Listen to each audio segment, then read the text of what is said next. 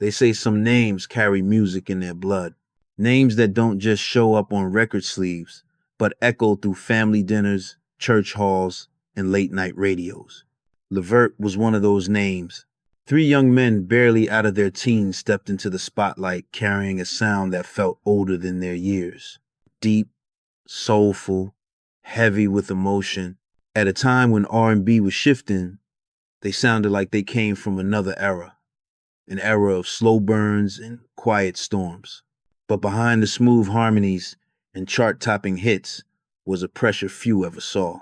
A pressure that doesn't fade when the crowd goes home. A pressure that follows you into silence. One brother would be found lifeless in his own bed. Another would die behind bars, confused, terrified, and unheard. Two lives gone before 40. Two endings no one imagined when the music first began. This is not just a story about fame. It's a story about expectation, about legacy, about what happens when success arrives faster than peace. And it leaves one question hanging in the air.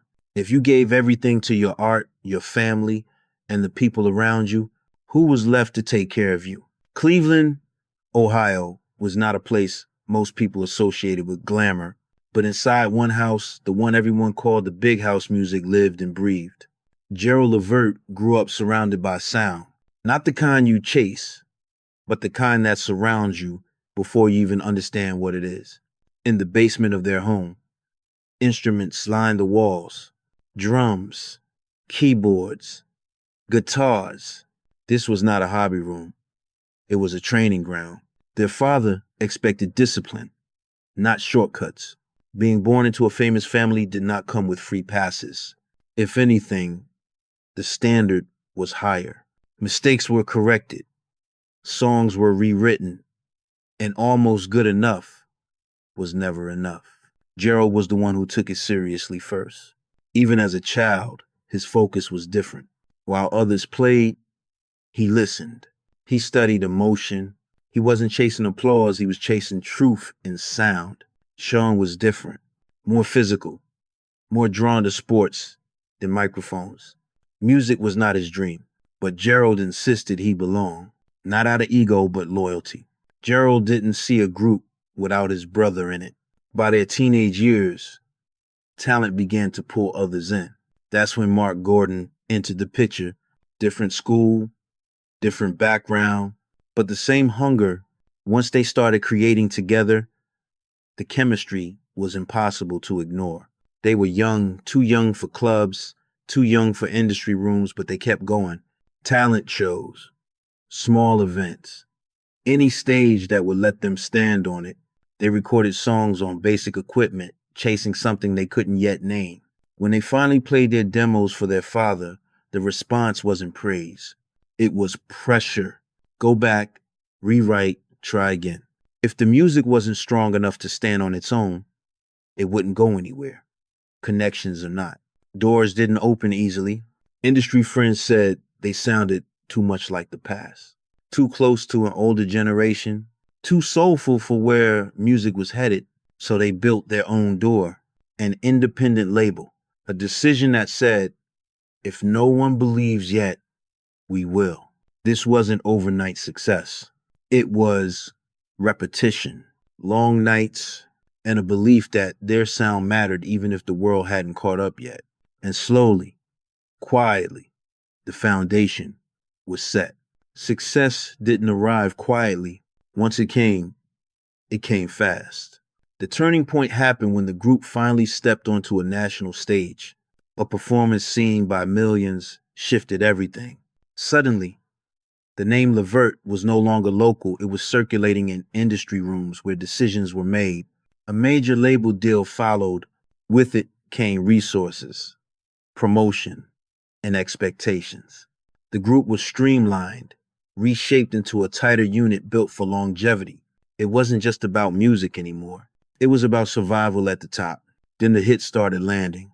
Records climbed the charts not because they chased trends, but because they sounded honest.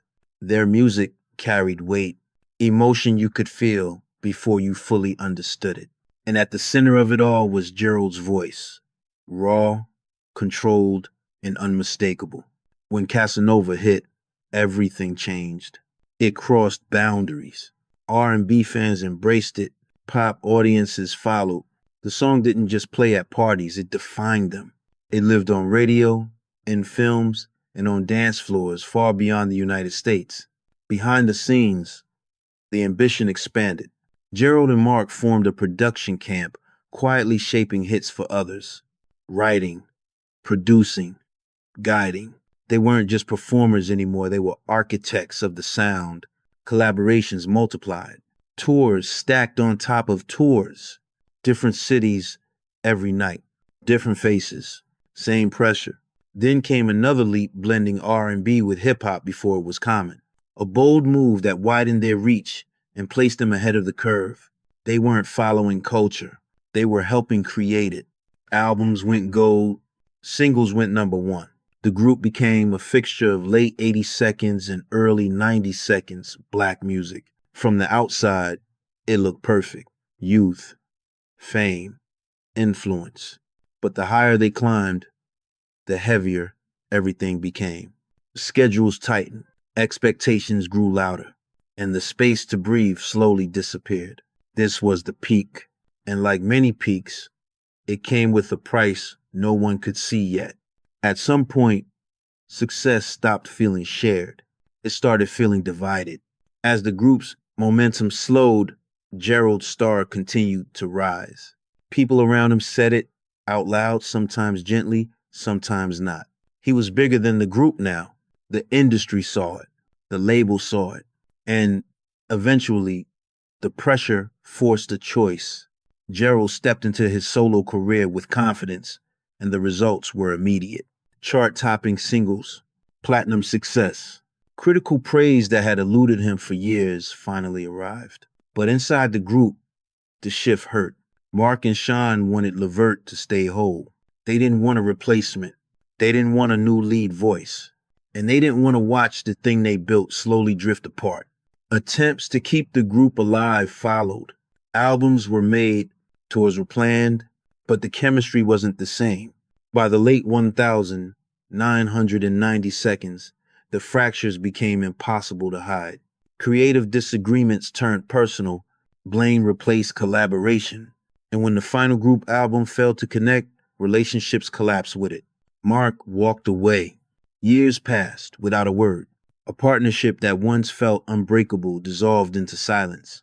Gerald, meanwhile, never stopped moving. If anything, he moved faster. New groups, new albums, new tours. He worked as if slowing down might let something catch up to him. But the body keeps score. Chronic pain followed old injuries. Sleep became difficult. Stress stacked from every direction. Family, responsibilities, financial pressure, and a music industry that was changing faster than he could control. Then came the legal trouble.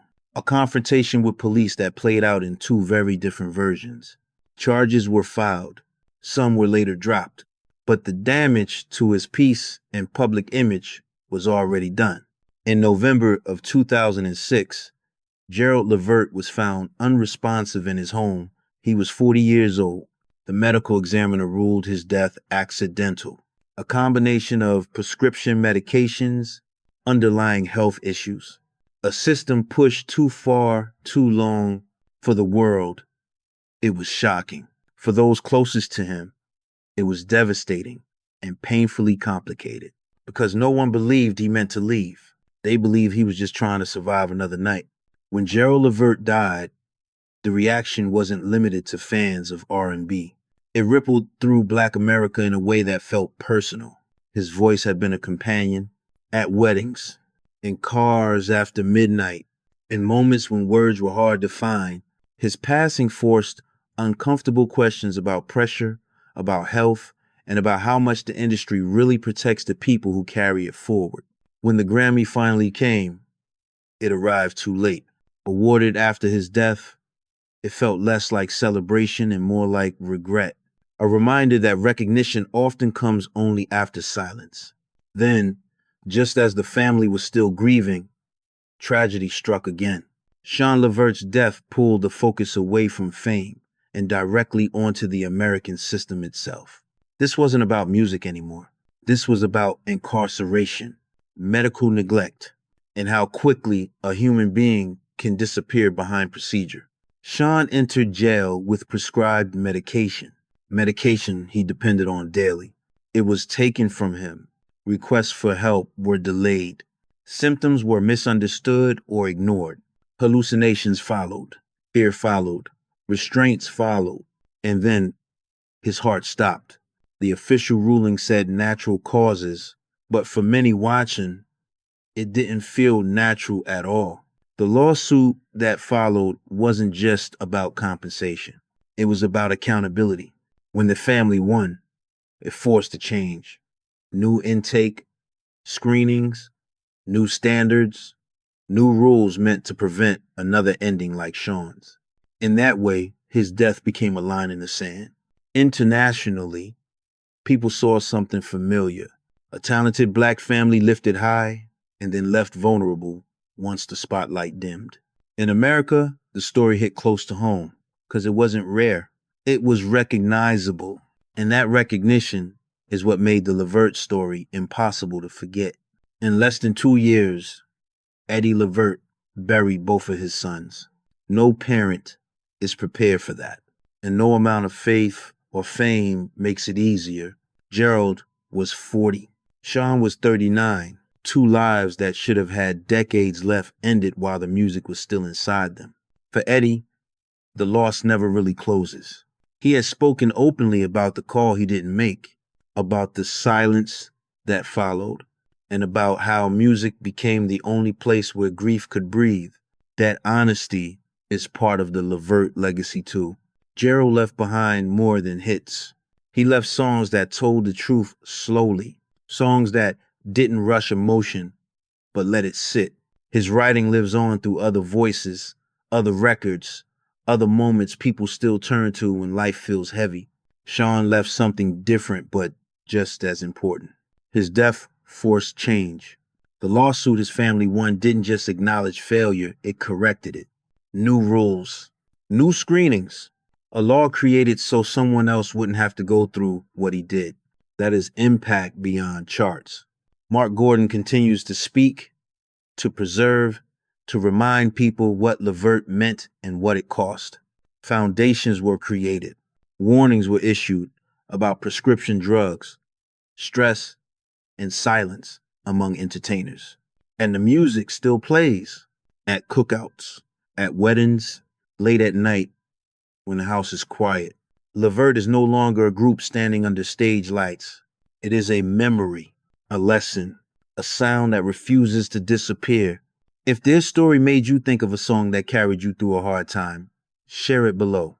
If it reminded you of someone you lost too soon, say their name. And if you believe these stories deserve to be remembered, not rushed, not forgotten, consider staying with us. Some voices leave early, but their echoes stay